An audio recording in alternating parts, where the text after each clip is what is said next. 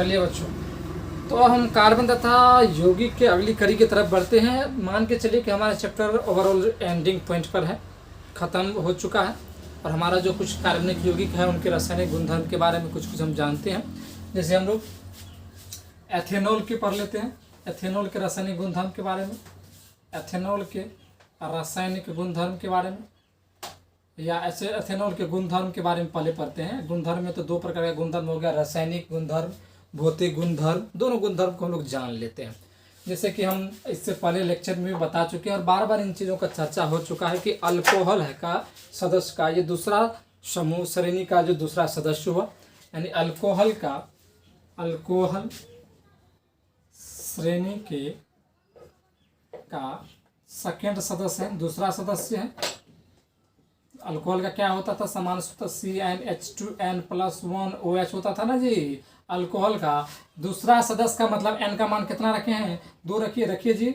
C2 2 दूना 4 1 5 C2H5 OH हो गया कि नहीं हो गया। ये हो गया एथेनॉल।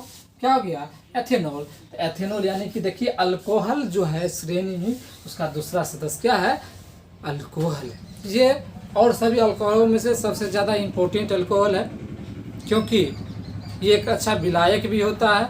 लिक्वर, दारू, शराब, बियर इसी का क्या है, घटक है, अल्कोहल का घटक है। अल्कोहल का यानी एथेनॉल के घटक पाए जाते हैं, उसमें कुछ कंपोजिशन पाए जाते हैं। बियर में चाहे शराब, जहरीला शराब हो, ये सब में क्या पाए जाते हैं, अल्कोहल का घटक पाए जाते हैं, कंपोजिशन पाया जाता है। तो गुणधर्म जब हम पढ़ेंगे, यानी कि इनका जो उपयोग बेसिकली क्या होता है, बियर में, शराब बनाने में, शराब इत्यादि जो भी है इत्यादि, ये क्या है, एथेनॉल के प्रमुख घटक। एथेनॉल के क्या है जी, प्रमुख घटक है, प्रमुख घटक है। अब इसके हम भौतिक गुणधर्म के बारे में थोड़ा सा पढ़ लेते हैं, तब रासायनिक गुणधर्म के बारे में पढ़ेंगे। भौतिक गुणधर्म, दो प्रकार के गुणधर्म, एक तो फिजिकल प्रॉपर्टी होता है और एक केमिकल प्रॉपर्टी होता है। तो दोनों गुणधर्म के बारे में हम लोग पढ़ते हैं और जानते हैं।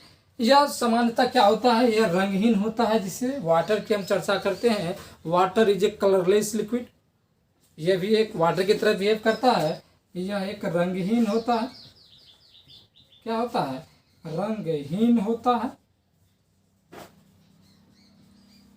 और चूंकि देखते जब हम दारू पीते हैं तो पानी में मिलाकर उनका सेवन कर लेते हैं, यानी पानी के साथ मिल जाता है। इसका मतलब यह एक अच्छा विलायक भी है, यह एक अच्छा विलायक भी है, यह एक अच्छा विलायक है। क्या है, अच्छा विलायक है। घुल जाता है, वाटर में घुल जाता है, अपने आप को घोल लेता है। बहुत बढ़िया, अच्छा विलायक भी होता है। और जानिए आप इन चीज़ों को, ये इसका जो स्वाद होता है ये मीठी गंध देता है, यह मीठी गंध की होती है, इसकी मीठी गंध होती है।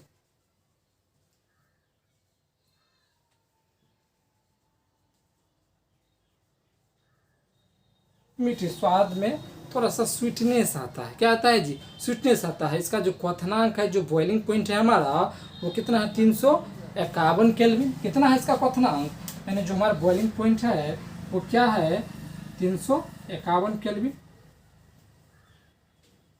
इसका क्वथनांक कितना है, 351 केल्विन है।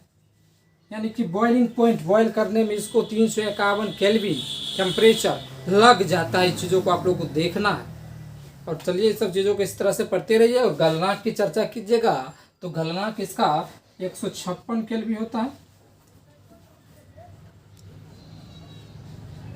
कितना होता है, 156 केल्विन होता है।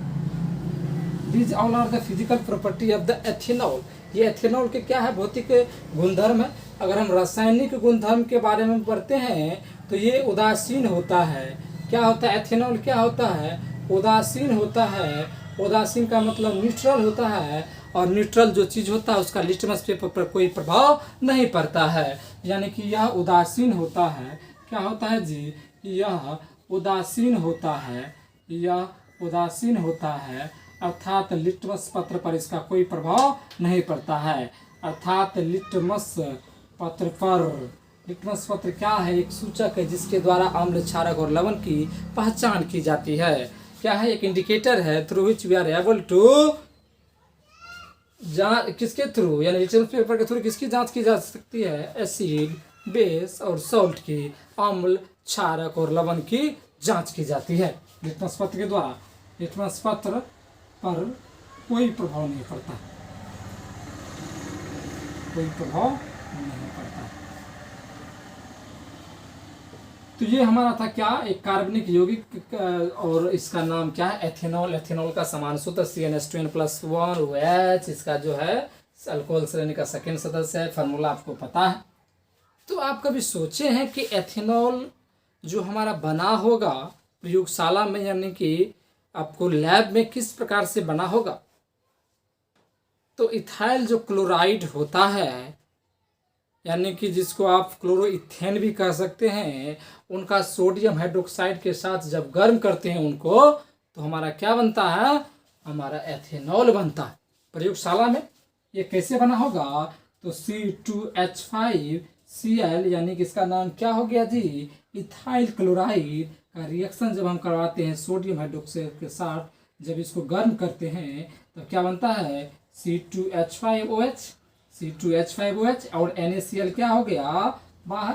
सोडियम क्लोराइड क्या हो गया? बाहर। ये सोडियम क्लोराइड क्या है जी? सिंपल सॉल्ट है जो हम लोग जनरली प्रयोग करते हैं, यानी इथाइल क्लोराइड। यानी कोई पूछ दे अगर कि बताइए एथेनॉल कैसे बना होगा प्रयोगशाला में, तो बोलेंगे जब इथाइल क्लोराइड को सोडियम हाइड्रोक्साइड के साथ गर्म किया जाता है तो एथेनॉल का निर्माण होता है, और बाय प्रोडक्ट के रूप में क्या मिलता है हमको? Sodium chloride. क्या मिलता है?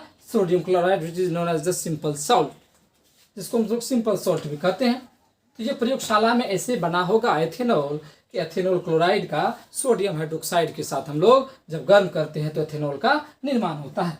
चलिए पहले इनको उतारिए, फिर हम लोग पढ़ेंगे अगले जो हमारा कार्बनिक यौगिक है, जैसे एथेनोइक एसिड है, उन सबको बारे में पढ़ेंगे। लेकिन फिलहाल इनको उतारिए, ये पूछे जाने की संभावनाएं होती है।